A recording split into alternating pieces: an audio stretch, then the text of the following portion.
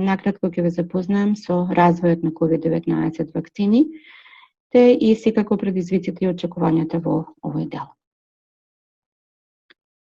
Итната потреба што се јави за развој на COVID-19 вакцини ја насочи целокупната светска научна заедница да ги искористи веќе предходно развиените платформи за вакцини против другите хумани коронавируси, како што беа SARS и MERS, но беа користени искуства од други вирусни заболувања и вакцини кон нив, како што се HIV, инфлуенца, Зика, ебола и други.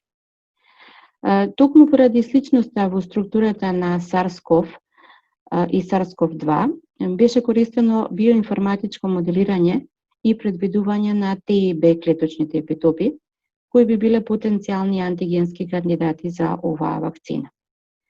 Иницијалните потенцијални секвенции за антигенските епитопи се секако S-протеинот, односно врзувачкиот спајк протеин, и високоимуногениот N-протеин со нивните соодветни секвенции. Но тука влегува како потенцијални антигенски секвенции и делот од мембранскиот протеин, понатаму E-протеинот од обвивката, одредени гликопротеини, како и нуклеинските киселини.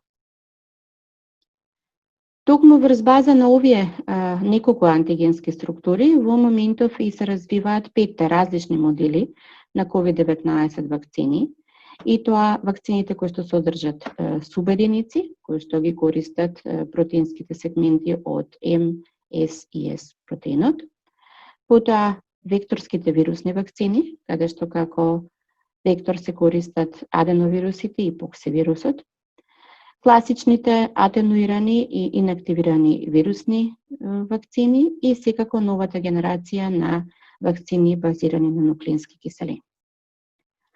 Во однос на механизмот на делување кај на сите овие кандидати на вакцини, секој од овие модели на кандидат вакцини има свој специфичен механизам на активација на имунолошкиот одговор.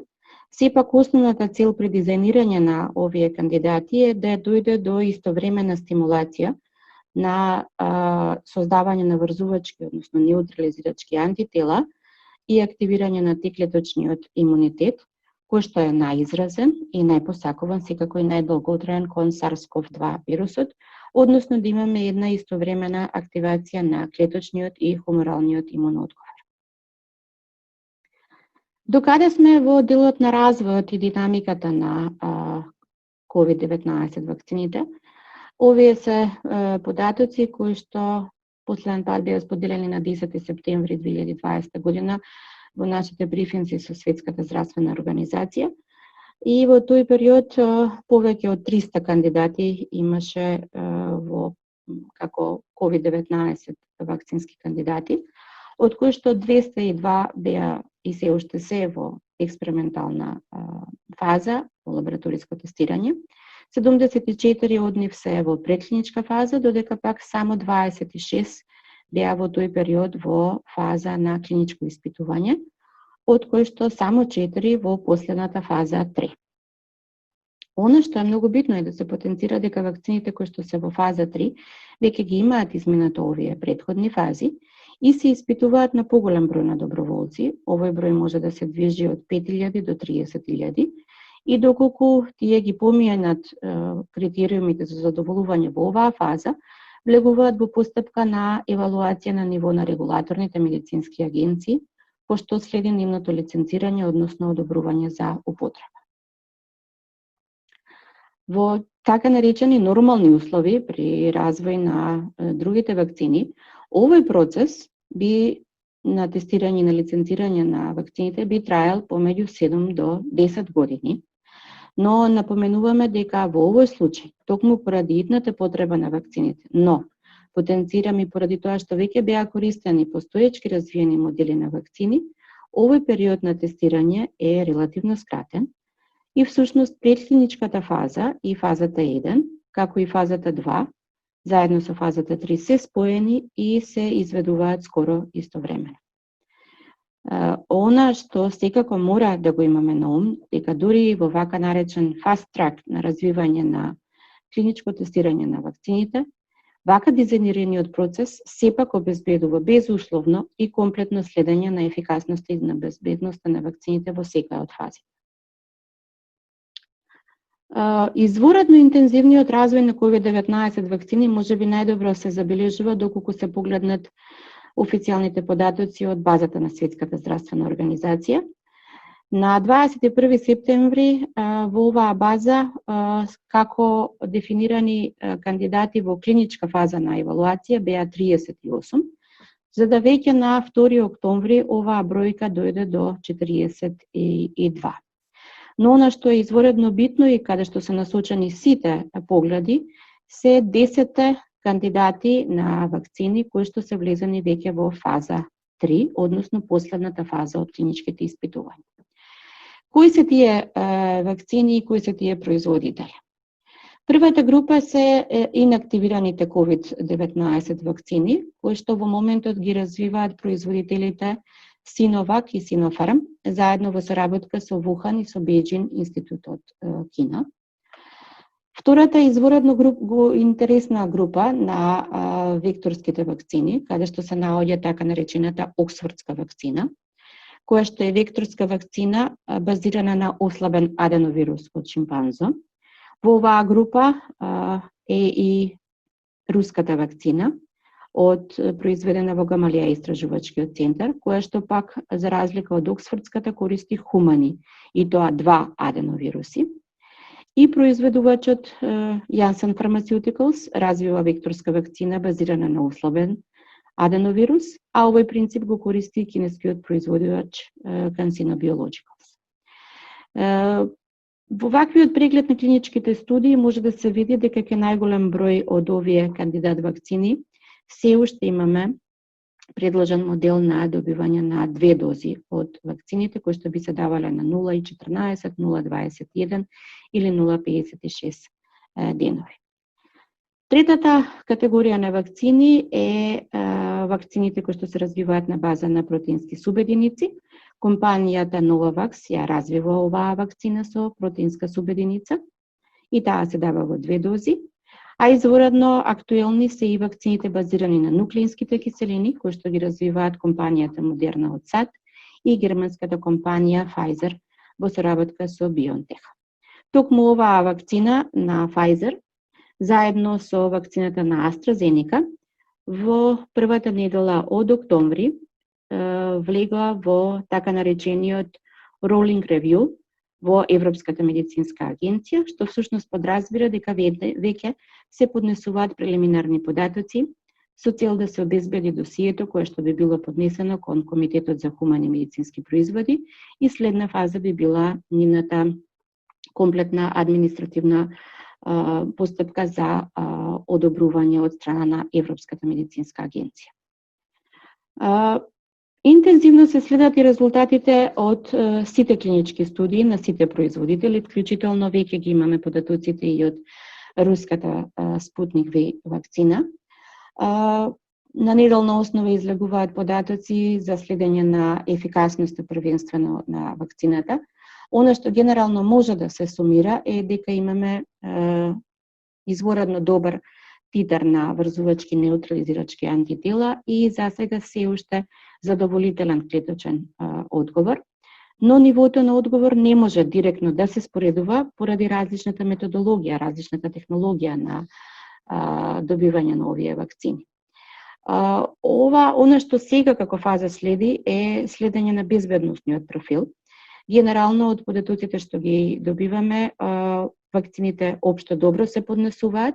Кај некои од вакцините беше забележена реакција по втората доза. Тоа беше случајот со вакцината на AstraZeneca и пред некој ден беше објавена и истата состојба кај вакцината на Johnson & Johnson. Во таа фаза привремено се прекинува фазата на тестирање додека да не се види на што се должат несаканите реакции, иако и двете вакцини продолжија понатаму со своите клинички тестирања. Во моментот да имаме ветувачки иницијални податоци, меѓутоа се уште се потребни дополнителни испитувања со цел да се утврди покрај заштитниот ефект, најбитно време траењето на заштитата и секако безбедносниот профил на овие вакцини. Сите овие кандидати вакцини се развиваат најчесто во соработка помеѓу некои од истражувачките центри во светот и веќе афирмирани фармацевски производители на вакцини. Според сето ова што може да се следи изминатите 6 месеци од кога се почнати клиничките испитувања, несомнено е дека станува збор за прашање на време кога ќе имаме успешна COVID-19 вакцина, независно која и да биде таја. Иако многу се оптимистички плановите дека истата ќе имаме одобрена за употреба до крајот на годината, она што реално би било да се очекува дека би добиле одобрена, лиценцирана и дозволена за употреба COVID-19 вакцина во првата половина на 2021. Предизвикот со кој што дополнително се соочуваме и кој што интензивно во последните 2 недели е предмет на дискусија во Светската здравствена организација и во сите оние состаноци во кои што учествуваме, се логистичките предизвици со кои што ќе се соочиме во однос на достапноста на оваа вакцина, имајќи во предвид дека до крајот на 2021 предвидено се дека ќе се потребни повеќе од 2 милиарди дози од оваа вакцина, што создава огромен финансиски притисок, секако извореден предизвик во однос на производството, дистрибуцијата и складирањето. Треба да се потенцира дека дел од овие вакцини бараат и посебни услови на дистрибуција и складирање, дел од нив во моментот се развиваат како вакцини кои што треба да се чуваат на минус 80 степени, а дополнителен предизвик, особено за држави како нашата, представува достапноста и апликацијата од аспект не само технички, туку и со хуманите капацитети кои што ги располагаме. Тоа секако ќе биде еден предизвик со кој што ќе треба правовремено да се соочиме. Во однос на препораките, дадени се препораки за иницијално вакцинирање на 20% од популацијата, веќе се дефинираат приоритетни групи. Секако првата приоритетна група ќе бидат високоризичните пациенти со коморбидитети, постарата популација, понатаму возрастната популација над 65 години и секако сите ние, односно здравствените работници.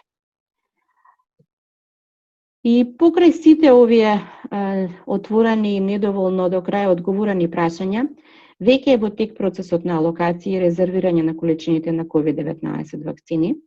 На 18 септември Европската комисија го потпиша вториот договор за обезбедување на доволни количини на COVID-19 вакцината.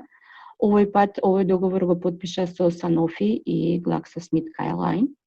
А на овој договор му претходеше месец дена претходно договорот потпишан со произведувачот AstraZeneca, додека во тек се преговори и со Johnson & Johnson, CureVac, Moderna и BioNTech, се со цел Европската комисија да обезбеди 300 милиони дози од вакцината за COVID за своите земји членки на Европската унија и дополнителни 100 милиони дози кои што Европската комисија ќе може да ги отстапи на другите земји.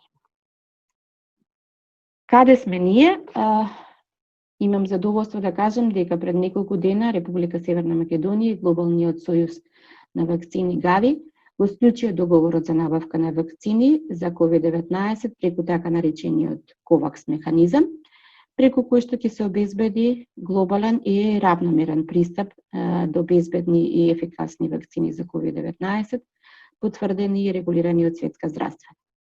Нашата држава беше во интензивни преговори некаде почнувајќи од август оваа година со COVAX механизмот и заедно со 150 други земји во светот се приклучи на овој принцип на обезбедување на COVID-19 вакцини, што ќе ни гарантира дека ќе бидеме меѓу земјите кои што најбрзо истовремено ќе ги добијат доволните барани количини од оваа вакцина. Во овој момент овој договор планира да се обезбедат вакцини за 400.000 граѓани, значи граѓани, односно 20% од популацијата на нашето население, засега според препораките со по 2 дози, кои што во одреден период и со дадена динамика би биле добиени во нашата држава. Лично јас, меѓутоа и очекувањата на целата светска јавност е дека со добивањето на успешната вакцина за COVID-19 ќе успееме да ја запреме оваа пандемија и дека вакцините уште еднаш ќе извојуваат најголемата здравствена победа во човековата историја.